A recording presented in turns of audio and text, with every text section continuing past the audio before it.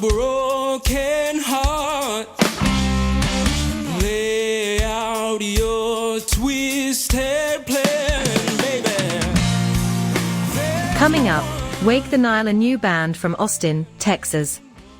Don, straight outta Uganda, and Dominic, Tampa Bay kid, two strangers who crashed into each other in Austin last August. Different coasts, different routes, same fire. They bonded over late-night jams, swapped stories from halfway round the globe, and bam, started building something raw and real. No hype, no big labels yet, just pure chemistry and killer tunes. Their debut album drops this year. Trust me, this is the kind of band that sneaks up on you, then sticks. Wake the Nile. Watch M wake up the world. Now here's the Trout with Dominic and Don. Enjoy. Me your very worst. I want you rough and fast, baby. Tell me about how you guys got together. That's the first thing I need to know. Okay. All right. Well, the origin, and then we'll get to the name too. So Yeah, but I mean, how long have you known each other, and how long has this project been going on? All right. We've known each other for like 6-7 years now. 2019. So probably 7 years. We met through a mutual friend. I think it was after a show I did when I was playing with another band, and we had a after hangout over at our buddy's apartment.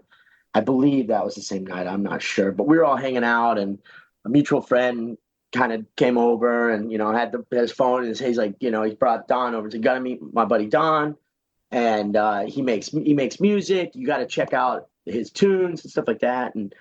And we're like, yeah, I'm like, all right, it's kind of loud at the party. And so we kind of like huddle into the kitchen, and I grabbed the phone from him and I listened to this demo, and I was like, oh, okay. All right. This is fantastic. Are you playing in a band? And he said, no, that's me. And I said, well, no, this is a whole band. I mean, like, what the band? And he's like, no, I'm doing all of that. This is a demo from work that I've put together myself. And I was like, okay. I start to see there's obviously some, my interest is piqued, I guess you can say. And then we started hanging out more because we were friends with mutual friends, just hadn't quite met until that night. And from there, tried to kind of do some stuff together musically, kind of like a new project. Or at the time we had some people moving out of the project I was in, and we're like, maybe we can fuse those two together, bring you in and use a little bit of your music and a little bit of ours, and kind of fuse that together. And that kind of fizzled out. And then fast forward a couple years, I joined a different band, and that band had a good run from a single that they had put out, and I put them on tour a lot, and we were touring a bunch. And after that, year and a half, 2 years, I had come back. And when I kind of decided to part ways with that group, I reconnected with Don, and I said, hey, I met this guy in the studio. His name is Matt. We did a single there with the old band, Under the Rug. And he's asking about if I'm interested in doing anything else, if I've got anything lined up in the pipe work. I showed him your demo that you sent to me a long time ago, and he loved it. He wants you to come in and chat about us two and potentially putting together a record at his studio. And he was. So let me ask you a quick question. What was the demo? What was the song? Lamb. Okay. I figured that'd be one that you guys worked on. Oh, okay. No. So Don wrote he wrote the song, right? Right. He wrote the song, brought it to me. And then we added in some textural parts. Technically, I think Lamb didn't really have a whole lot of my influence on it. Yeah, I think it's also important context to mention that whole time while Don was on tour with the project he was with before, and even prior to that, when we were trying to fish around to see if there's a mesh with the project that he was in prior to that one, I was just sitting on those demos, just waiting for a good enough artist to come along and take that journey with me, because I was very set on the idea that this music is going to work better in the hands of more experienced instrumentalist. I'm very loath to call myself a multi-instrumentalist. I just did the best that I could with the demo. My forte is playing the drums. That's what I grew up playing. And I picked up guitar and keys over the years. But ultimately, I just knew that I can sketch something out and then put it in the hands of a better bass player, a better guitar player. And it will come to life in a sense. And so I was just, waiting for those people to come along. And that's what Lamb ended up becoming. It's a collective of local Austin artists, Right. who put their personal touch on it. And so it's not night and day from the demo, but if you compare them, it's like Oh yeah, yes. it's like me sitting here and recording on my phone and then taking it to, which I've done, and take it to the studio and go, it's the same song, but it's not the same song. Yeah. It's like that. And the demo was fantastic. Don't let him take away. So it started several years ago as you guys got together. And so Dom, do you play so what is you play who plays what? I've seen the videos. I see the videos. One of you obviously somebody's playing guitar and you're playing drums, but Yeah, I know when the recordings I know when you guys are recording, there's other people or you're doing the stuff yourself. Well, that's the funny part when he was talking about, wanting to find other artists that, could help supplement the thing. And at the time, he was playing drums the most and then, learning and getting through the guitar and the keys and stuff like that. And I was going to say, and then he found another drummer. Yeah. But I, to be honest with you, even if we had, in my opinion, if we had started when we had started, I don't think we would be where we are today. I think that there was a whole mess of stuff we both needed to learn about, not just the music aspect of it, not just the instrumentation, but the back end and being able to make things that catch people's attention, like yourself, out of the blue, and there was a lot more that was involved with that process, that if we had just jumped into it and just started playing the songs, we wouldn't have had the studio connection. So the time apart that we spent for those 2.5 years or so, and then coming back together and be like, hey, I just went and did a bunch of stuff. And he's like, hey, I've been doing a bunch of stuff. Now let's try it. And I think that time frame really helped. And so, it's been about 2 years now since we started, but we've only been public for August, September, October, November, December, January, 7 months. Yeah. But to the question of who plays what, oh yeah, Dom carries most of the rhythm stuff. So like Dom is obviously he's got drumming chops out the butt, and that's kind of, I feel like, where he's comfortable the most. And then given but like in a perfect world, I would just have a mic in my hand. But I also recognize that we're a project that is not to the point where we have the resources to, get a lineup of 8 people on stage with us. And so, where I need it, I'll carry the rhythm section and I'll do a little lead guitar here and there. And, we'll switch around, and sometimes Dom will carry keys. And so, but the ideal version of Wake the Nile, Dom is on drums, I'm up front with the microphone, and then we have a cast of guitarists. A rhythm, a lead, a bass, a keys, a percussion, and maybe some backup vocals. We'll be like, but Don, you're the one that's in the videos with the guitar, aren't you? Yes. Yeah, okay. And he's playing it in the track. Right, and I understand. Look, I'm a guitar player. I can tell when people are playing or not. I'd say, here's what I thought was funny, and I'm going to tell you something that I thought was kind of cute to me. So you're doing a video. You're on top of a building, and then Don, you're standing down below. Okay. Yeah. And obviously, you're listening to the track and playing. You, Don, are looking to see how you're going to where the fingers go on the chords that you're really not playing. That cracked me up. I'm going here. Nobody else would have picked that up, but I thought it was funny because I'm like, he's looking to see it. I'm going like, he ain't playing nothing. Of course, nobody knows that. And I thought there's somebody that's really concerned about what they do. But here's what caught my eye, and I would tell you this. And I said, I've been doing this a long time. I've interviewed a lot of people, and here's what I already know about you guys already. Your songwriting is great. You have good songwriting skills. You know how to put a song together. You know how to record it. Your videos are really cool. They're interesting. They're not your normal, you guys are probably not as old, but I mean, in the 80s when MTV was on, we watched videos of people. We never did understand what they meant. They just come out and do stuff, and you're like, what does this mean? Well, I don't know. We're just going to make a video. But your videos are clever. But the thing that's interesting to me is you're just starting out and you already have the patience to not get too far ahead, as they say, over your skis too fast. Yeah. So all right, so let's go back to August of last year. And you come together. What was how many tunes did you record at first? Just the one or two? Did you say that you want to start putting out? We tracked Lamb and Champion separately, and those were just about right at the finish line by the time we began Mercy and then the rest of the album. There's 9 songs, and so the next 6 or 7 we did in a one day of tracking, and then or 2 days of tracking and punches and edits and stuff. And then throughout that, we had Lamb finished, Champion, I think, real close, and Mercy right on the back door. And that's when we knew, come August, we were like, when we get the 3 singles completely tied up and we start shooting the video content, and then we, obviously align the audio and the content together, we could be done and out the door with the first video, the first introduction, the first photograph by August. And this decision was made in roughly May.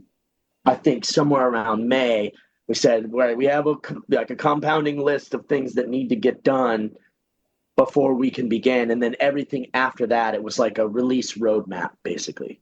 We planned to make sure that everything, okay, this week we drop this video. Next week we're ready with the next one. So everything was kind of ready to go before with the jump off in August. And sorry, no, go ahead, Don. Go ahead. Not to digress too much from the question, but I do want to go back to your comment about the videos and the content. I mean, like a whole lot, because the ideas themselves are very intentional, and I'm glad that's coming across. It means a lot coming from someone like you, who obviously is paying attention to what is happening in the video. Like, you picked up on the fact that even though I'm playing a guitar that's not actually coming through the audio of the video, like, I'm looking down to make sure that I'm actually holding the right chord down. Yeah. But the stories we're trying to tell are weaved into the videos as well, and it's a fun balance right now in a world where, like, some of the things that push you up on two people's feeds are very, like, formulaic. If you check these boxes off, then you're likely to end up on a feed. But it's a fine balance between just doing what gets you virality and what you actually want to do in terms of, like, your artistic expression. And so to say that, to tell us that's coming across in terms of, like, the message and, like, the the cool factor and the interesting factor of the videos, like, that means a whole lot. So I really appreciate you pointing that out. Oh, no, well, you need to know that when you're going out and doing your thing, and it doesn't matter if you're doing the first song or you're doing 100, you still want to know that the message is getting out. Yeah. And to me, when I look at you guys, I think the thing that you have the advantage of, and we'll talk about what you do for, what you did or what your day jobs are or whatever you really do until you get this going or whatever. But you're not 18. You both got some little miles on you, so you know how the world works. You already know how things are together. You've all been in music before. You know how it's like when my last band broke up, my wife says, "Are you going to start another one?" I go, "Well, why did they break up?" I said, "I was in a band." I mean, that's just what they do. That's what they do. But I think your clever songwriting and the videos, you're fortunate enough to have the ability, whether financially or you have friends like the babes in the video that come in, or people that help you, to give a quality video and a quality soundtrack that can be used anywhere. And that's important in today's world, because I saw how many, it's like 100,000 songs a day, or some stupid amount of people drop songs every single day. I think it's 60,000 on Spotify, yeah. Yeah, it's just stupid. So you got to get through that part. But the other thing is, too, because I noticed this because I started looking at your socials, and I'm going like, these guys aren't out there killing it, trying to, like, hey, look, we had breakfast this morning.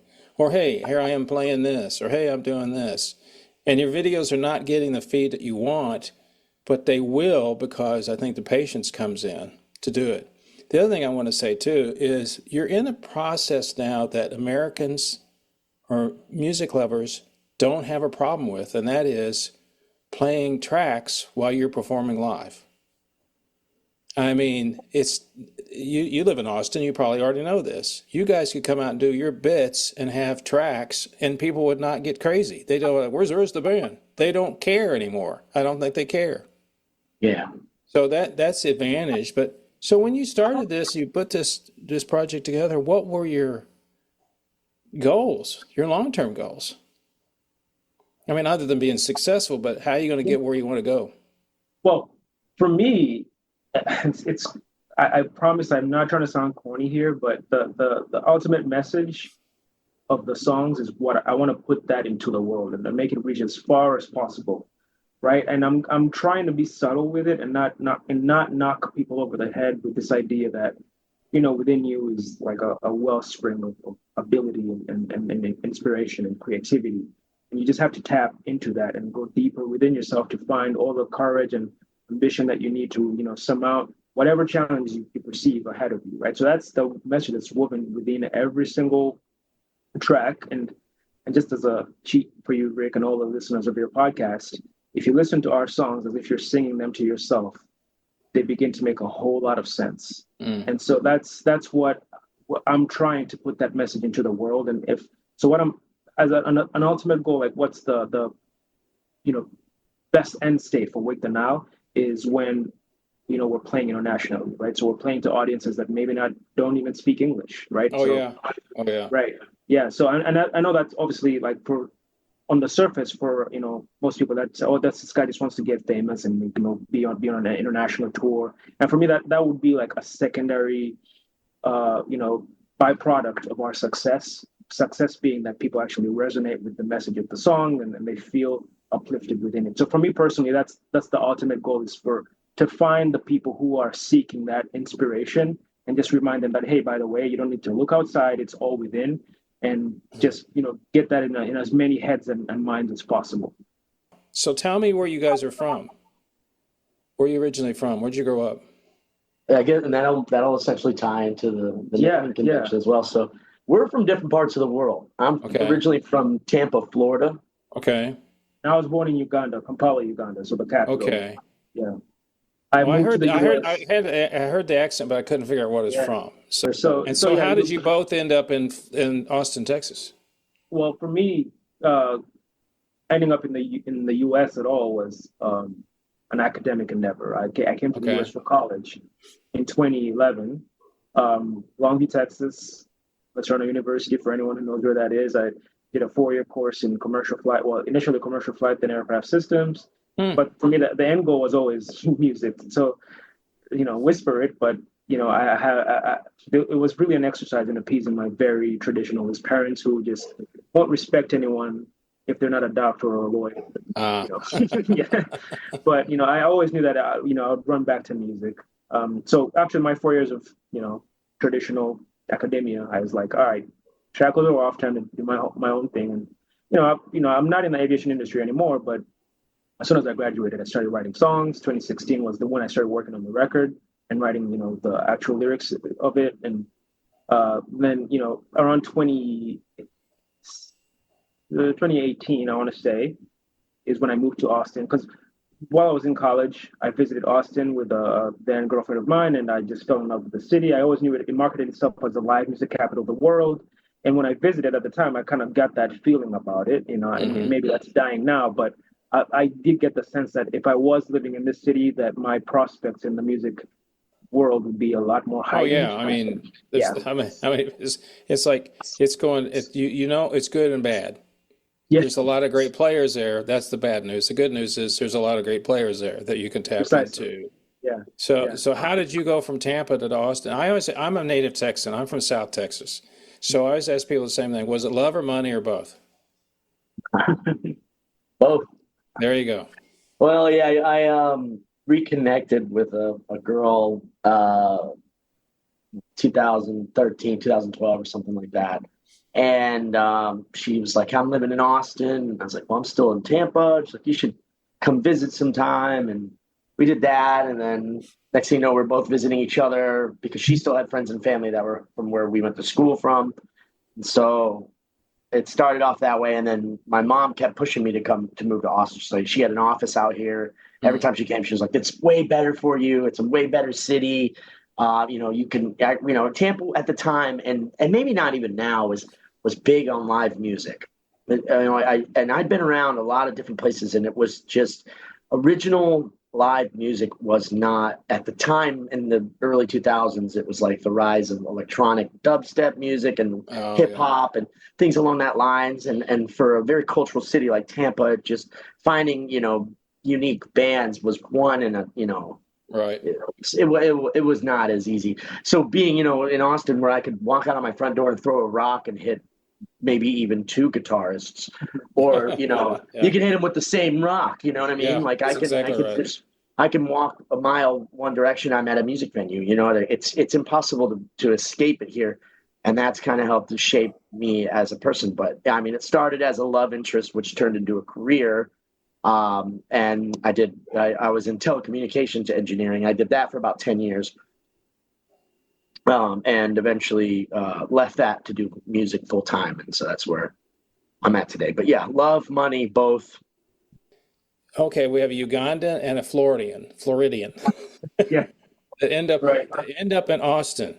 Which now, when you mention Uganda, I'm thinking, okay, when you started talking, I thought Nile River, Wake. I got started putting that together. Yeah. And I thought, okay, am I off that much? Am I close to why that's the band name? Very close. Yeah, So you're right. Almost right on the money. You're like 50% there. Yeah. Well, it makes no sense. And I think the thing about it is you guys, you're at the beginning, which is fun, for both of you. But you've also, and I will tell you this too, of all the people I've interviewed and people that made it, whether they made it big or made it on their own, they all took a risk. You guys are taking a risk. Both of you educated. Both of you could go out and get another gig. You could go work on aircraft, and you can go. Well, I forgot what you said. You're in telecommunications. Back to telecom engineering. Yeah, telecom. And so I mean, both of you could go like, well, screw this, I'm done. So you have, and I'm sure you've already thought about this. Okay, how long are we going to do this? Because it's like, and how much do we have to do to get it there? But I just think that if you surround yourself with the right people, you can get where you want to go. Do you have plans to start doing, and you may already be doing it, doing live performances? Yeah. With the album cycle coming up, we're almost done with the full recordings of the album, right? So how many songs are going to be on the album? 9. 9, okay. So it's not just an EP, it's an album, okay. Yeah, and after that's done, we thinking we'll probably drop another single or two. Put some cool content around it. We got a couple more that we'd like to kind of pepper in there as we're starting to notice an influx of new followers, not in like any kind of, crazy mass proportion, but slowly but surely new people we've never seen before are slowly starting to see reels and find the group and hit that follow button. And we've kind of laid a bit dormant on what we've used for the beginning material and for the first 3 singles. So aside from a really cool unplugged thing we did recently, which we'll be kind of peppering into that, we're thinking maybe a couple more singles and do some more cool videos with cool concepts and just kind of give that as something to the new people coming in, and then album cycle begins where we get the merch lined up, we get the album art decided, we start to do all that stuff and then plan the actual release party. I think that's our first real gig. Yeah, and actually, no, go ahead. I was going to say, to tie it to what you were saying earlier about us having a little mileage on us and coming into this with some of the mistakes already made. One thing that I'm really thankful for, actually I can tie this to a lot of things. Dom and I are in many ways kind of opposite personalities, right? And one of the things that I really appreciate is that I'm that person, the person you're describing who just wants to hermit away in the house, write songs all day, record them, and never go do any like of the brand stuff, promote myself, post this. This is what we're working on today. Check us out on Instagram, like, subscribe.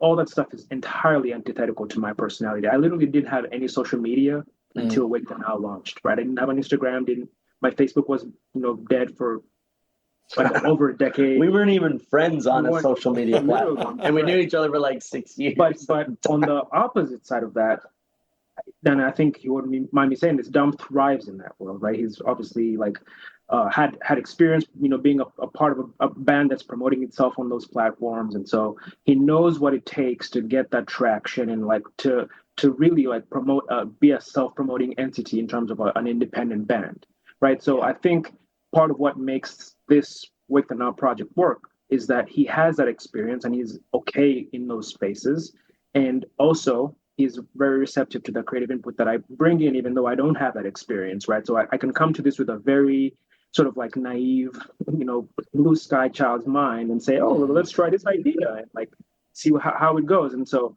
sometimes those things are like, and maybe that's what's giving it that sheen of uniqueness is because I'm not looking at people's feeds to see, oh, what's going on music Instagram that's driving engagement. It's just like, this is something I thought about. Let's try it on our Instagram. And so that's part of what makes it work. And so to tie that into the live performance aspect, one of the things that Dom was adamant about is that we don't have to hurry up and form a 5-piece and then go out to the first, live venue that'll hire us and start playing music. Because that's the time of like being a band that is on stage and running those reps constantly, and that's the only chance of you getting noticed by an A&R who's walking past and say, oh wow, I love that song, I'm gonna sign you kids to a record deal. Those days are gone, basically. Yeah, and it's all about playlists and all that stuff, but at the end of the day, it's still, if your music's good, people will listen to it. And if you're different, because that's what I told you at the beginning, you're different. You're familiar but different. Mm-hmm. And so let me go back to the recording process. Do you guys do a lot of the tracks yourself and do stuff electronically? I mean, like do you sit down and play, I'm going to play bass and guitar, and you got obviously drums if you want to do acoustic drums on that. Somebody plays the synths, or do you bring people in to help you? So that's part of what the beauty of the recording process has been for us is we play everything we have to play. So we would never have to bring in a drummer because Dom can play all the drum pieces or parts that we need in our songs, and we would never have to bring in another lead vocalist because that's where I want to live. Plus, it was like a feature, but yeah, well, we haven't even got there yet. Yeah, we're not even at feature level yet. Yeah, but we've always set out to be to have a revolving door of artists that work with us, right? And so we've been very meticulous about curating the right basis for the right track, right? So Dom, with his Rolodex of Austin artists, is able to think, oh, this would be the right lead guitarist for this song because they have the rock and roll sensibilities, or this guy has the right funk bass sensibilities, right? So it's a privilege to work with someone who knows like so many different artists of so many different genre sensibilities that we can curate from, and say, because the band by its nature is very genre agnostic. And so we don't want to like. I like that. I like that. Genre agnostic. I want to write that down. That was pretty cool. Right on. Yeah. So we understand that if we ask a certain bass player who like his bag is funk bass to then play a rock and roll song, it might kind of stretch him outside of his limits. Right. So we curate the cast of each record according to their specific strengths and sensibilities. When do you think the project or the album's going to be ready? Have you set a date yet for a release? Oh, I don't think I see that face. No, the direct answer to that question is no. So have you recorded everything? I'm sorry, did you record everything you're going to put on there, or are you going to record some more stuff? It's all recorded. Right now we're in the mix and master phase. Okay. And so that's that, and because we don't have firm commitments on when those mixes and masters are going to be out, we are loath to say this is when the album is going to come out. But ultimately, we've placed like a rough date on late March as like, okay, by the end of March. That's still early, yeah. Ideally, by the end of March, we'll have everything mixed and mastered. and then we can then start to ramp into the album promotion cycle, which, like Dom said, is going to involve just dropping a couple more singles, getting more people to get eyes on the project, And merch lined up. yeah, obviously. I say you got to have merch. No, Yeah, you gotta have there's all the merch. business stuff. Yeah, and Stockpile all that, and then play on the show, and then. But part of the beauty of this is that there's only two of us. We don't have a boss. We are our own bosses, and so there's no one lighting a fire under our butt to be like, hey, hurry up and get the record out, or hurry up and plan this date. So we're able to be very intentional about what we do and when we do it. Yeah. I think that with wanting to hold off and begin to develop the marketing plan and begin to working the behind the scenes and dropping the next few singles and continuously bringing more people in, it behooves us to go down this method and not put a strong date on this year. I'll give you that. That's okay. This year, okay. And not far away, but yeah, I mean, the goal is to continue to vamp because, I mean, the last thing we'd want to do, sitting at a whopping, what does it say? Like just under 450 followers. We play a show anytime soon. And even depending on, no matter how big of a budget we put into promoting it, we're looking at a small number of people wanting, really desiring. Well, it's a process. And tell me about the name of the band. Oh, right. Yeah. We got through. Let's end with that. Tell me about that. For sure. So, as you might imagine, we toyed around with a number of different, ideas and names, tags and whatnot, and we actually ended up landing on the idea of Wake the Nile because, obviously, like you were so astute to point out, Wake the River Nile is sourced in Uganda, which is right on top of Lake Victoria, and it flows out of Uganda into Egypt and then down into the sea. There's a few other countries, but so the Nile as a river, it's obviously it connects to my home country. Like there's the tie in there geographically, but that's basic.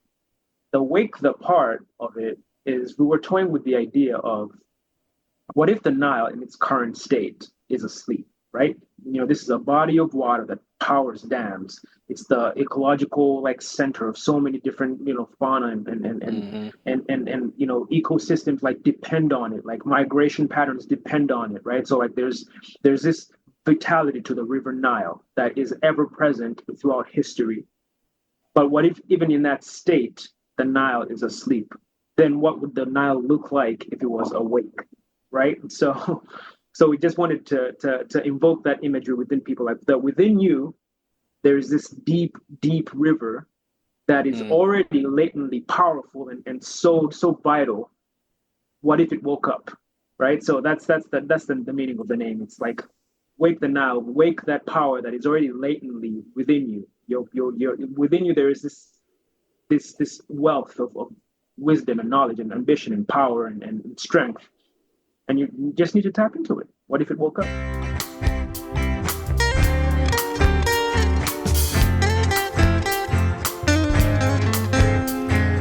Well, that's it for this episode of The Trout Show. Thank you so much for stopping by and listening, and I hope you enjoyed this story about this up-and-coming band from Austin, Texas, Wake the Nile.